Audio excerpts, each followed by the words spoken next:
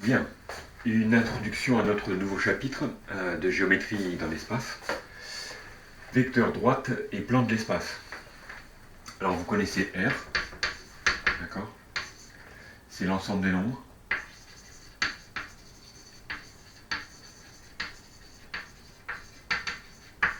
Bon, on l'utilise à chacun de nos cours. Vous connaissez R2.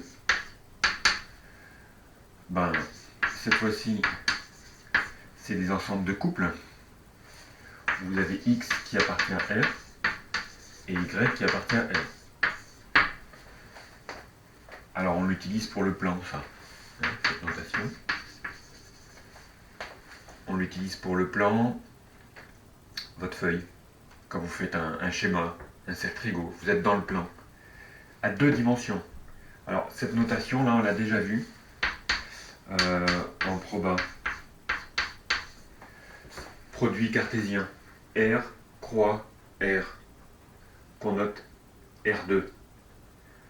Alors c'est pas le carré au sens de x au carré, ce sont des ensembles de couples. Voilà.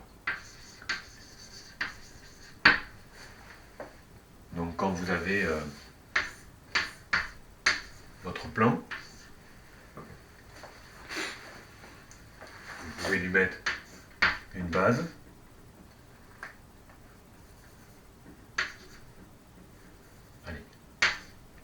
une origine et 2 vecteurs qui vont lui donner une base. Là vous êtes dans R2. Vous prenez un vecteur U, d'accord, de coordonnées, mettons 1,5 et moins 1. 1,5 I pour le déplacement horizontal et on va dire moins J pour le déplacement vertical.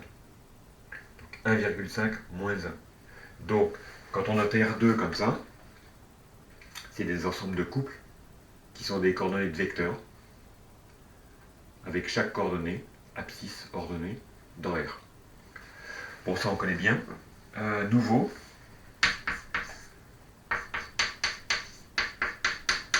donc j'ai appelé ça, tout ça c'est des produits cartésiens. Ce sont des ensembles. R2, ensemble de couples. R3, voilà notre espace. Cette fois-ci, vous avez des ensembles de triplés. Vous rajoutez une coordonnée. X appartient toujours à R, Y appartient toujours à R, et Z appartient à R. Voilà. Vous rajoutez cette fois-ci, alors vous aviez votre plan de tout à l'heure, une origine, un couple de vecteurs, on verra qu'on appellera ça une base. Ils ne sont pas collinaires, on rappellera ce que c'est collinaire. Et vous rajoutez une autre dimension. Là. On fera des schémas avec GeoGebra, le module 3D qui sera beaucoup plus lisible qu'un dessin comme ça sur mon tableau.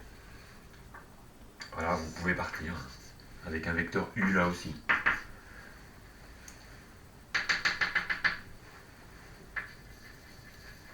Je fais une projection orthogonale, on reviendra sur ces histoires de projection.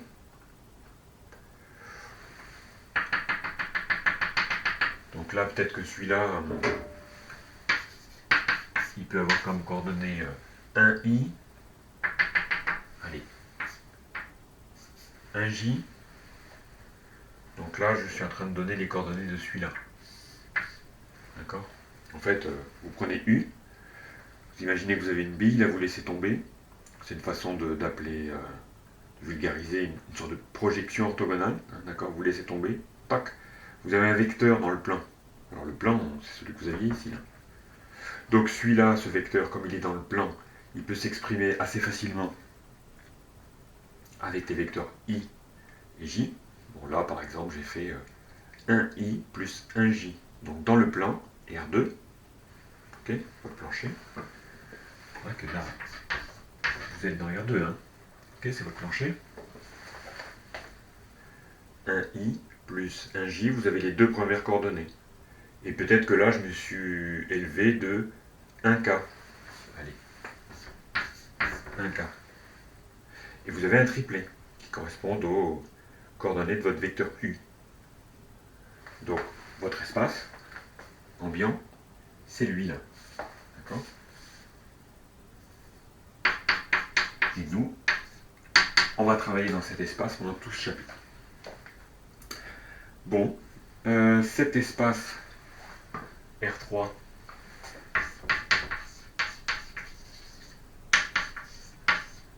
des vecteurs. D'accord? A trois composantes.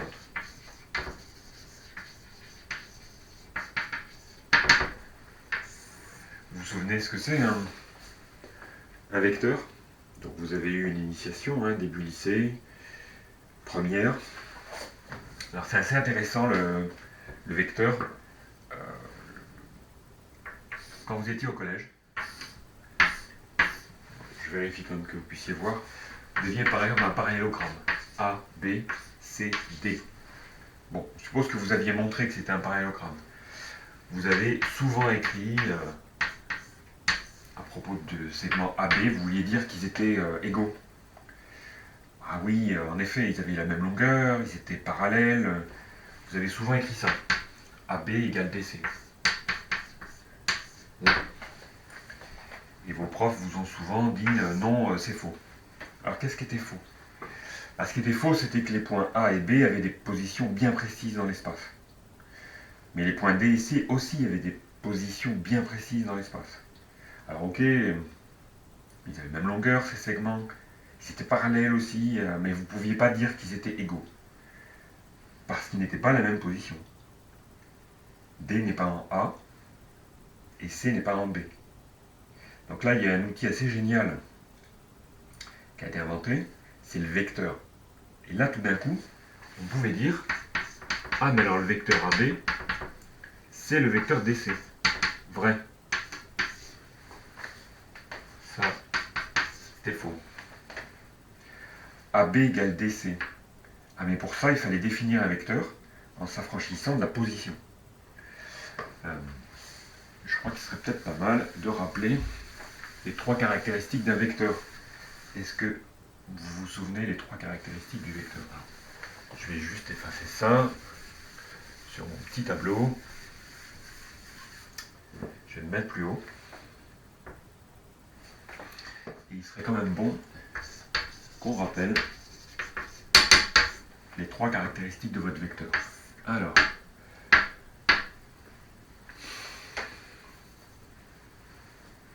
AB, il faut une direction. Il lui faut un sens. Et il faut une longueur. D'accord? Alors pour la direction, c'est ce qui va remplacer les segments parallèles. Voilà, par exemple, voilà deux vecteurs qui sont assez différents, mais qui ont même direction. Voilà, ça va remplacer le parallélisme de nos droites et de nos segments. Par contre, ils n'ont pas le même sens. Une fois qu'ils ont même direction, vous pouvez après regarder s'ils ont le même sens ou un sens opposé. D'accord? Voilà. Deux vecteurs voilà, qui auraient le même sens. U, V. Et puis un sens opposé. Bon, et après la longueur. Alors ça, du coup, on va définir un autre outil. Bon, il a été défini en première, hein, qui va nous permettre de définir correctement une longueur. Donc on l'a vu, hein, c'est l'histoire de la norme. D'accord? Et même on ira un petit peu plus loin parce qu'on remettra sur le tableau, mais bon, ultérieurement, hein, dans le courant de ce chapitre, un outil fort pratique pour définir une norme qu'on appelle un produit scalaire. Mais ça, c'est l'objet d'un autre chapitre. Enfin, d'un autre paragraphe plutôt. On reprendra la définition du produit scalaire dans l'espace. Et grâce à ces propriétés, on verra qu'on pourra fabriquer une norme. Tout ça, c'est pour mesurer des... Alors là, pour l'instant, on mesure des vecteurs de l'espace. Et avec ces trois choses-là, il n'y a pas de position. Donc ça, c'est important. Notez-le. Plus de position. Alors là, ça, c'est intéressant. Parce que du coup, vous avez ce vecteur-là qui peut s'écrire un petit peu plus loin. Et même si vous l'appelez V, U égale V. Ils ont même direction, ils ont même le même sens, et voilà, la même longueur. Donc vous pouvez faire une infinité de représentants comme ça. Et ça, c'est très pratique pour les démonstrations. Bon, ceci étant rappelé, dans R3, vous avez donc tous ces objets, des vecteurs. Mais vous lui rajoutez quelque chose dans R3. Vous lui rajoutez R. Alors à quoi il va servir R? Donc dans R3, vous avez des vecteurs U. Et dans R, vous avez des nombres. Alors à quoi ils vont servir? Partez de U, un vecteur. Vous devriez pouvoir, et on en aura besoin, augmenter U, avoir son double.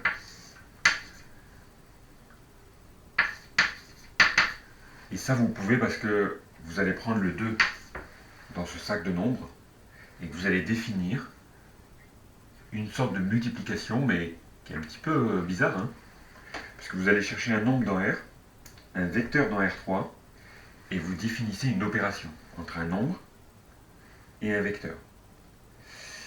Bon, ouais, c'est à peu près le double. Hein. Bon, on va faire comme ci. Alors, le double, vous voulez aussi pouvoir obtenir l'opposé, moins 1 fois U, moins U. D'accord? Mais c'est encore une opération avec un nombre et un vecteur. D'accord? Et puis, dans certains cas, vous souhaiteriez avoir le trajet. Alors, parfois j'appelle un vecteur un trajet, avec un départ et une arrivée. Vous souhaiteriez avoir des trajets beaucoup plus petits. On va chercher d'autres couleurs. À l'ancienne. Vous souhaiteriez avoir, voilà, le trajet, un demi de U. Allez, je vais l'orienter comme U, là. Vous souhaiteriez avoir un demi de U.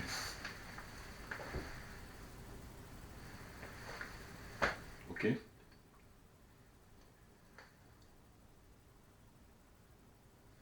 Donc il vous faudrait le nombre 1 demi et U. Et vous définissez encore là une opération entre un nombre, qu'on appelle aussi un scalaire, et un vecteur. Donc c'est intéressant d'avoir R3 plus un sac de nombres. Alors sac de nombres, voilà, on a pris les réels. Au moins dans R, ce qui est bien, c'est que je vais pouvoir trouver les entiers relatifs pour faire le double, le triple, moins 1, moins 2, moins 3. J'y trouve les décimaux pour prendre 0,1 U, 0,5 U, 0,6, etc. J'y trouve les rationnels aussi, Q, pour prendre les demi, les tiers, les sixièmes, les septièmes. Et puis, si vous voulez des nombres un petit peu plus bizarres, pi fois U, voilà. Au moins avec R, vous pouvez donc obtenir tous les vecteurs du plan avec cette opération-là. D'accord? Et donc, là, vous avez muni votre espace. Voilà. L'espace R3 est muni d'une loi externe. Voilà, cette loi externe. Elle prend un nombre dans R, un vecteur, alors comment on va mettre ça? Elle prend un nombre lambda qui appartient à R, un vecteur U qui appartient à R3, et qu'est-ce qu'elle fait avec cette loi? Eh bien, elle vous explique que vous pouvez prendre un nombre, souvent appelé scalaire. Alors, on peut le noter petit point, cette loi qui ressemble à un produit très particulier, parce que vous voyez que on appelle ça une loi externe, parce qu'en fait, vous prenez un vecteur de U, qui est dans R3, et un nombre qui est externe à l'espace. Vous piochez dans un sac de nombres, qui est ici appelé R, et vous construisez une opération, qu'on appelle aussi une loi dans le supérieur, qui vous permet de dilater le vecteur U, de le rétrécir. On dit aussi faire des homothéties. Vous pouvez obtenir tous les vecteurs de l'espace. Voilà. Vous avez une loi externe. Et vous avez une loi interne. Je vous la mets à côté. Donc R3 est muni d'une loi externe. L'espace R3 est muni d'une loi interne. Alors celle-ci, vous la connaissez bien. Autant, voire peut-être même mieux que celle-ci. Parce que celle-ci, on la connaissait déjà. 2 fois U, déjà fait. Ok? Je vous rappelle. Vous avez un vecteur U. Et bien, grâce à cette loi, vous pouvez faire 2U. Voilà. 2U. Cette loi externe. Puis vous en avez une interne. Ok? Qui est dotée, comme on a l'habitude. Plus. Cette fois-ci, vous prenez un vecteur dans U, un vecteur dans V, et vous faites la somme. U, allez, je la mets en rouge, plus V. Et vous avez un troisième vecteur. W. D'accord? Si je fais un petit dessin, je ne vais pas utiliser le vert encore. Vous pouvez avoir U, V, et faire la somme. U plus V. Donc, au bout de U, on met le trajet, enfin on essaye, le trajet V, et vous obtenez U plus V, voilà, vous obtenez votre W. Voilà, loi interne. Donc comme ça, vous avez une loi externe, une loi interne, avec R3.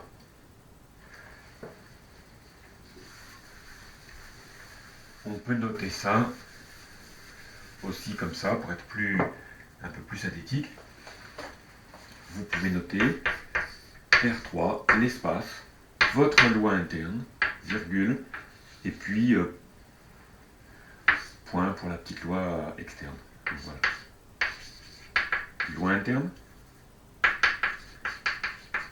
Opération, si loi ça vous effraie. Opération interne. Loi interne. Disons que loi est le mot le plus officiel. D'accord? Et là, vous avez une loi externe. C'est pour faire les 2U, les moins U, les moins 4U, etc. Bien, voilà. Donc une fois que ça c'est un petit peu mis en place, on va pouvoir définir une transformation qui est un autre programme, qui est assez simple. Donc vous avez vu déjà les effets seconde et première. C'est la translation. Okay. Donc, après cette introduction, on peut faire un premier paragraphe sur la translation.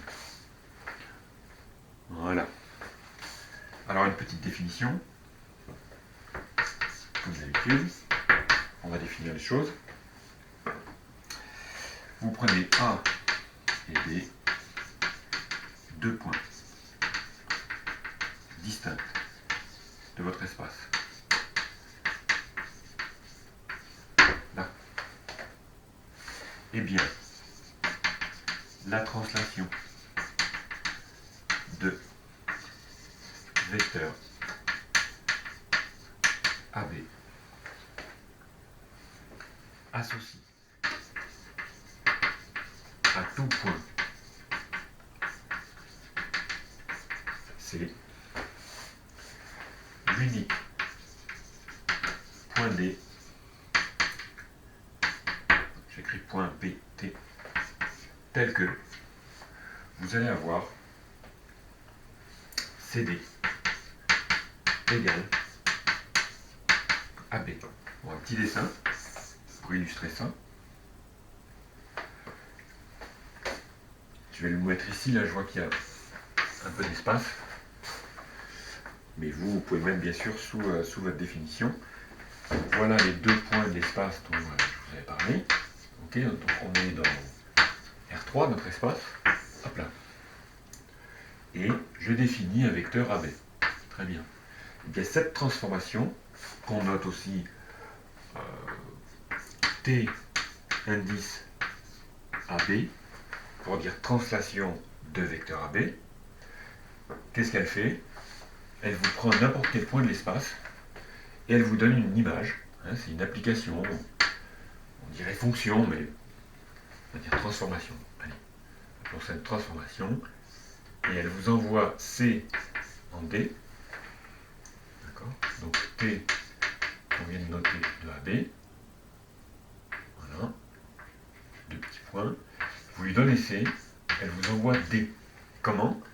Ben, ça, ce vecteur CD, il doit être égal au vecteur AB. D'accord? CD égale AB. Voilà. Une des transformations les plus simples du plan. Cette translation. On appelle ça aussi une isométrie. Alors, pourquoi une isométrie? Bon, je vais me faire de l'espace sur mon petit tableau, après vous avoir écrit la définition. Alors, on va mettre quelques propriétés. Pas beaucoup hein, aujourd'hui. Propriété de la. Je vais y arriver. Avec un S. Propriété de la translation.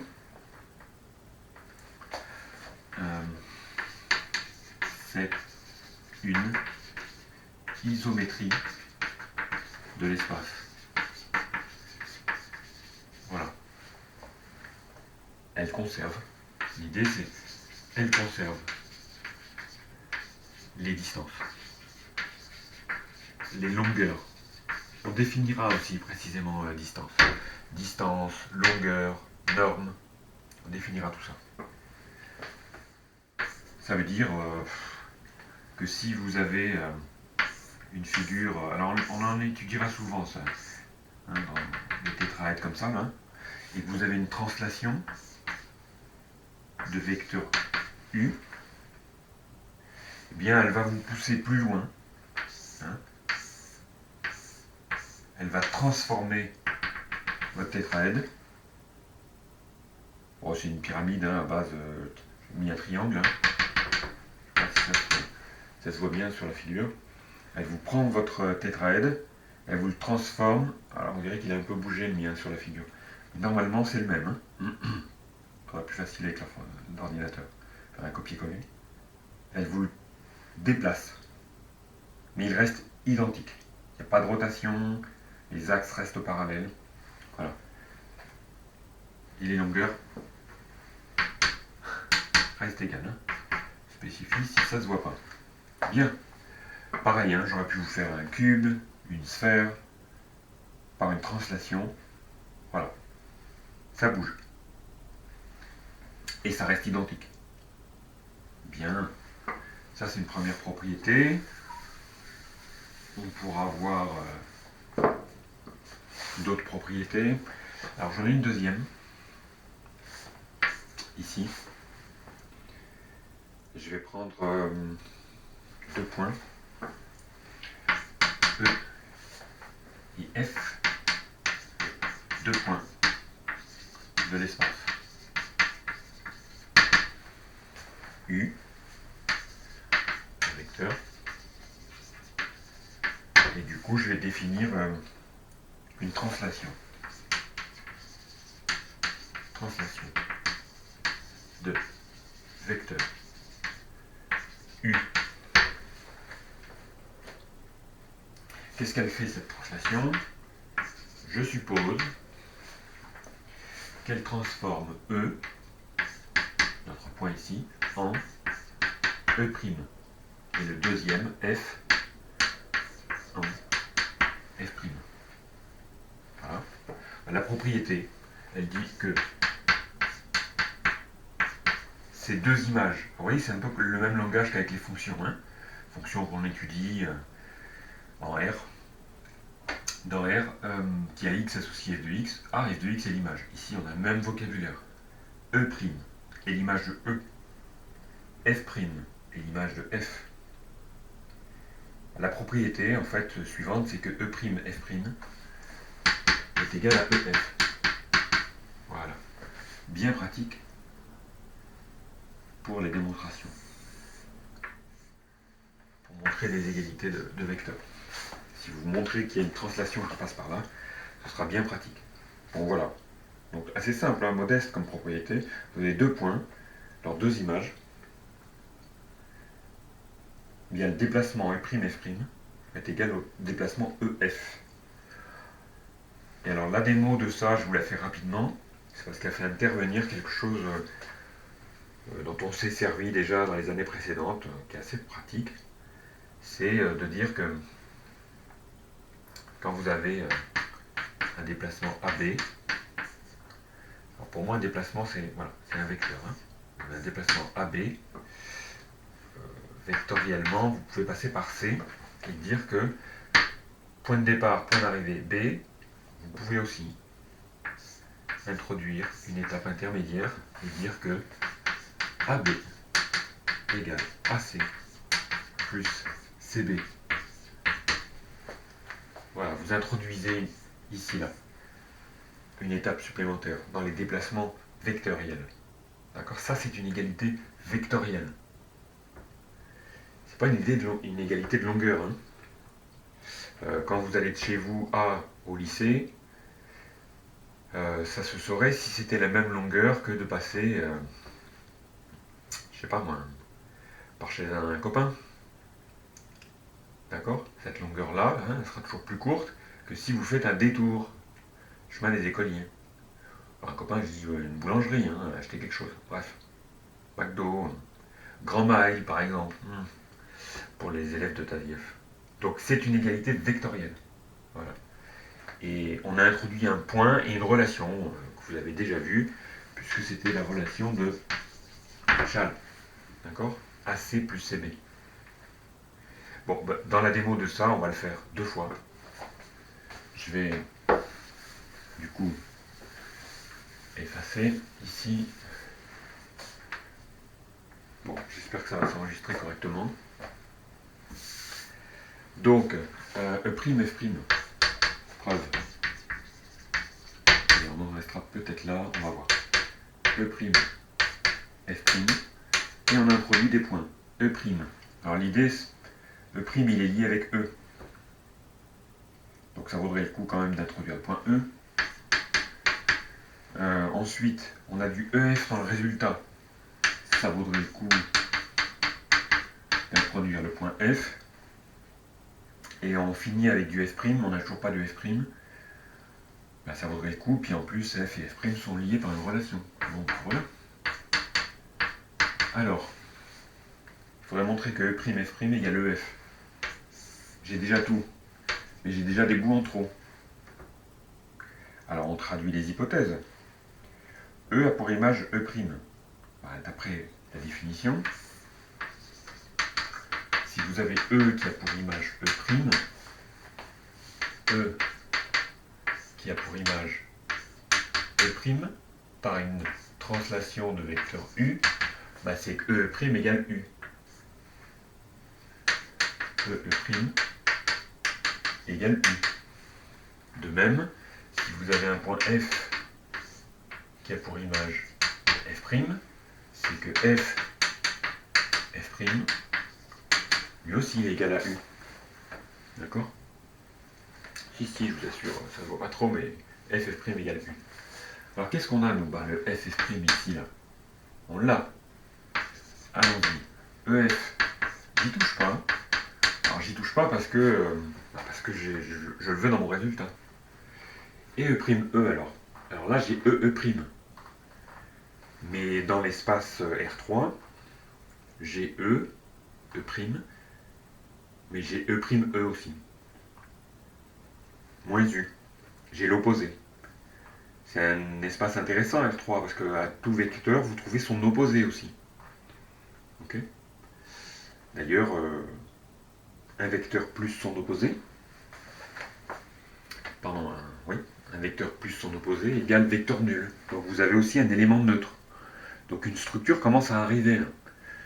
Vous avez des vecteurs, vous avez leurs opposés, vous avez un élément neutre, une loi interne. Quand vous en prenez deux et que vous faites la somme, vous retombez dedans. Voilà. Tout ça, c'est une structure qu'on va appeler une structure de groupe. Et on mettra le zoom sur cette structure. E', je reviens à la démo. E' égale U. Vous avez E', c'est donc moins U, le trajet opposé. Voilà. U plus moins U, addition de deux opposés dans R3. Voilà, et vous avez bien E', F' égale EF. Bon voilà, petite propriété, sans prétention. Ça rappelle en même temps un outil avec la relation de Chasles, dont on va souvent se servir dans les démos. Bon voilà, pour la translation, je vais rien dire de plus, on s'entraînera avec quelques exercices du livre. Donc A, c'est translation. Vecteur collinaire, très pratique. Et vecteur coplanaire.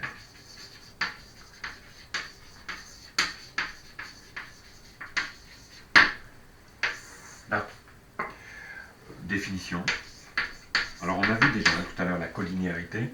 On dira que UV appartenant à R3, deux vecteurs de l'espace R3, sont collinaires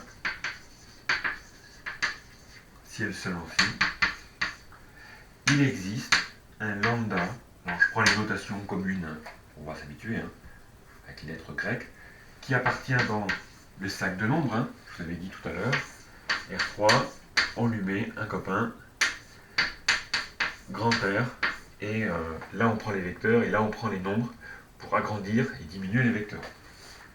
Là on en prend un, justement, on dit qu'il en existe au moins un, tel que l'un égale lambda fois l'autre. Alors peut-être que vous avez eu comme définition de collinéarité en première le même avec petit k. C'est assez fréquent aussi, prendre comme lettre petit k. U égale kv. Bon, j'ai mis lambda là. Même chose. Voilà. Une définition codée de la collinéarité. Même direction. D'accord? Même direction. Gardez bien ça en tête. Dans les trois critères qui définissent un vecteur, sens, direction, longueur, la seule chose qui nous intéresse avec la collinéarité, là c'est la direction. Avec ça, vous avez des vecteurs qui auront la même direction. Voilà. Du coup, on peut mettre une petite propriété. Sur mon petit tableau, je vais vous la mettre en haut, ici, qui nous aide à prouver que des points sont alignés. La suivante, A, B et C, les trois points du plan, alignés. Si et seulement si on a une équivalence, vous prenez AB et AC sont collinéaires. Donc là, j'ai pris deux vecteurs. Je pourrais en prendre d'autres. On pourrait prendre AB et BC. Vous pouvez prendre leurs opposés aussi, ça marche très bien. D'accord? Donc ça traduit le fait que dire que des points sont alignés,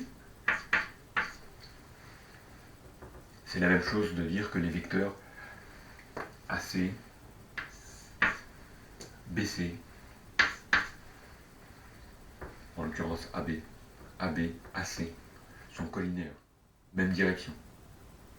Il existe forcément un nombre latent tel que vous pouvez agrandir AB pour atteindre AC. C'est des propriétés assez fines hein, qui sont... Il y a de jolies preuves dans le supérieur, juste l'année d'après, pour montrer qu'il existe forcément un lambda qui va